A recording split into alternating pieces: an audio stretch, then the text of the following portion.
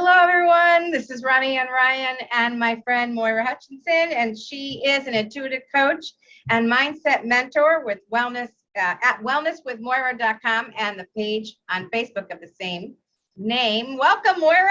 Thank you. Thank you. Here we are in 2022. I can't believe it. It's been a few months since we've been together. I know you've been really busy, but I'm so happy that we're here together now. We're going to talk about January. It's a brand new year. So let's start by talking about the numerology of 2022, which is a 6. That's right. And I read a bunch of things about what that means in terms of a year, not for the person, but as the year. And so it's a 6, and a 6 turns out to be a year about love and matters of the heart. Yep. Which I would have thought too would be would be like partnership or whatever. But hey, I'm cool. If 6 is love, I'm in, right? Absolutely. So it's about unconditional love, the ability to heal and nurture and support others and yourself. And I also discovered that it can be a time for reinvention. You're kind of embarking on a journey for responsibility, having accountability for yourself. And then also about relationships, balance, love, and healing. So I have more, but what else have you discovered about 6? So similar to you, it's that unconditional love, that deep mothering type of love. But of course, we know this, all love starts with self-love. Yeah. So I think that's a really big piece for the universal energy of 6 is loving kindness everywhere, loving kindness and acceptance and smooth flowing. I think that it's about smooth flowing harmony, and also it's almost like the month that we're in is a great month to just pause and reflect upon what we've been through in 2021, because there were some amazing gifts in 2021, and it's all about us becoming. And so in the year of unconditional love, we get to take forward the magic and the inspiration and the good stuff and set our sights on what we want to be more of, right? Yeah, it's always good to reflect because that's what the learning is, right?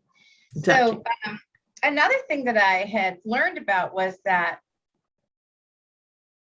it's a good time to differentiate love from some other things that might seem like love, right? Like guilt or control, obligation, fear, attraction. Because attraction doesn't always mean love, and even hate. Sometimes the opposite comes into play, because love and hate sometimes are the opposite sides of the coin. Yeah. So I also read that 6 delivers a lot of magnetism. So what they were saying was, be careful what you ask for, because you might just get it this year. So I want to encourage people to really make sure you focus on what you do want and not what can be natural, which is to focus on what you don't want. I don't like this. I don't want this. And those are the things that may be true, but as often as you can, push yourself to think about, what do you want? Yeah. Think about the positive aspect, and that will help the magnetism draw it to you. Absolutely. Yeah. And because, that's the other part of all of this energy. And just to segue into a little bit, that we had on Sunday, on January 2nd, we saw the new moon. And the new moon is in the sign of Capricorn. And we're actually in sort of a Capricorn season right now, which tends to be to do with work and get things done, get up and go for it. But with it being a new moon, Capricorn's actually really encouraging you to take your time to really look at that review process. And a lot of my clients and students know this, that I'm a great believer on pausing and putting your hand over your heart, but also to ask yourself the question, how does this make me feel about me? So in the dating arena, if you're meeting somebody, how does that experience or that person, how does it make you feel about you? And then you can actually get into the emotional intelligence that's there always for us. But we don't always take our time to feel into that. That is such great advice. Absolutely true. I think that's really important. And what goes with that is seeking balance. When you're checking in with yourself, then you're looking to see what's working for you, what's not, and that 6 is a good year for seeking balance. Truly. Because you want to stay in that kind of equilibrium. There might be a lot of ups and downs this year. Whenever you can bring yourself back to the middle and feel balance and equilibrium, you're always going to be better off. And you know what really helps with that, of course, going back to what you were saying earlier, is self-care. And a vigilance not to overextend in any direction. Like, really try not to wear yourself out this year or overextend or do too much. Do your best to ask yourself, you know, do I have the energy for this right now? What's for my highest good? Yeah, that's a great question to ask. Yeah. Yeah, excellent. All right, good. So now we're ready for the cards and to do the forecast. We know we have a full year now, 2020, a full year of being about matters of the heart. So this bodes well right away. All right, so what do you have for us? I know you're going to pick the first card today. We're going to do 4. Yes, we are. Let's see what tarot has to say. Well, this is interesting because we start right off with the doozy. So the card that comes up for us is the Death card. So isn't that perfectly timed though? What I just said to you about the new moon, and we're still in the effect of that because we have 3 days either side of that. And because this is a new moon of reflecting upon what did you learn, what served you in 2021, and what are you letting go of?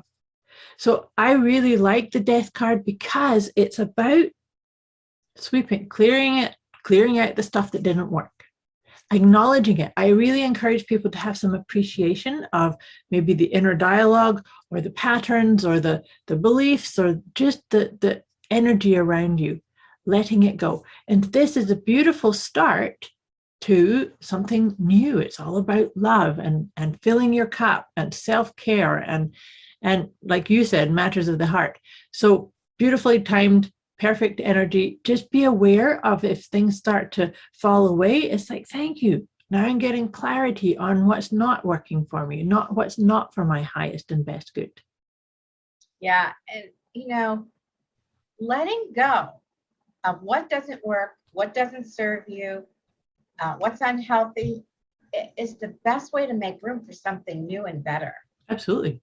So it's such a smart thing to do, to take that time to really let it go and acknowledge, like you said, what is no longer working. Just let that stuff go, because the sooner you do that, the more you make space for what you do want. That's which right. is what we were talking about earlier. Okay. So that was a beautiful way to start. And death isn't about death. It's just about endings. It's endings. Yeah. Endings and clear letting go. Okay. Let's see what we have in the Elemental Wisdom deck. Okay. We have the Mountain. Aha. And the Mountain is about a journey, because you're not going to just like skedaddle up to the top there, right? It's going to be, it's going to take some time. It's a journey, and give yourself that time. Like there's no hurry. You have a whole year to find love. So don't rush into anything. If you really want to find that quality relationship that's going to have lasting power, be healthy and loving, don't rush into things. Let it be a journey. Take your time. That's my advice. I like that. And enjoy the journey, right? Enjoy the journey up the mountain. Yes, because sometimes when you just get to the end, then you're like, well, now what? Whereas if you're enjoying the journey, then you've enjoyed yourself the whole way through. So if you're dating and meeting people, enjoy what you learn about meeting people. You can. I found when I was dating, I learned something new from every man I met, and every man you meet brings you one step closer, one man closer to the right man for you. So also helps you find out about yourself too, right? Absolutely. I always say that dating is really a journey of self-discovery, because you're learning about what works for you, what you're looking for, what you want. And there's a lot of clarity if you give yourself that time, like you said, to reflect and see what you've learned. Yeah. Absolutely. All right, you have another card for us, Moira? Yes, I'm going to go to, I love this deck as it gives us affirmations. So it's the Soulful Woman deck. And this is perfect. So the artwork on these cards is just glorious. Isn't that gorgeous? Yeah. Gorgeous. Really nice. And so this card is inner wellspring. So the affirmation is, I have an inner wellspring of love that luxuriously overflows with abundance. How perfect is Isn't that? that awesome? So awesome. I'm always amazed at the things that we pick. So say it again, because I'm so busy, Absolutely. chatting.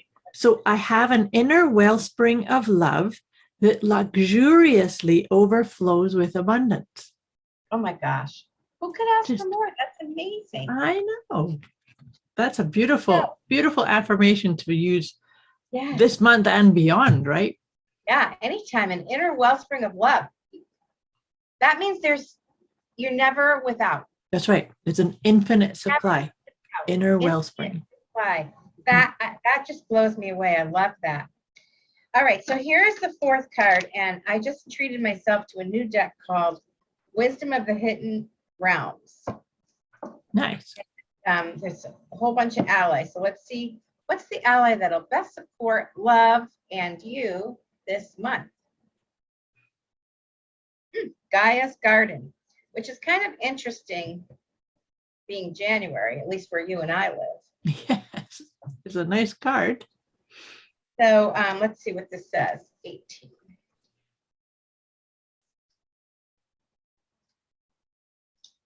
Okay. Oh, Gaia's Garden. In Gaia's Garden, you have everything you need to make your dreams come true. Oh my gosh.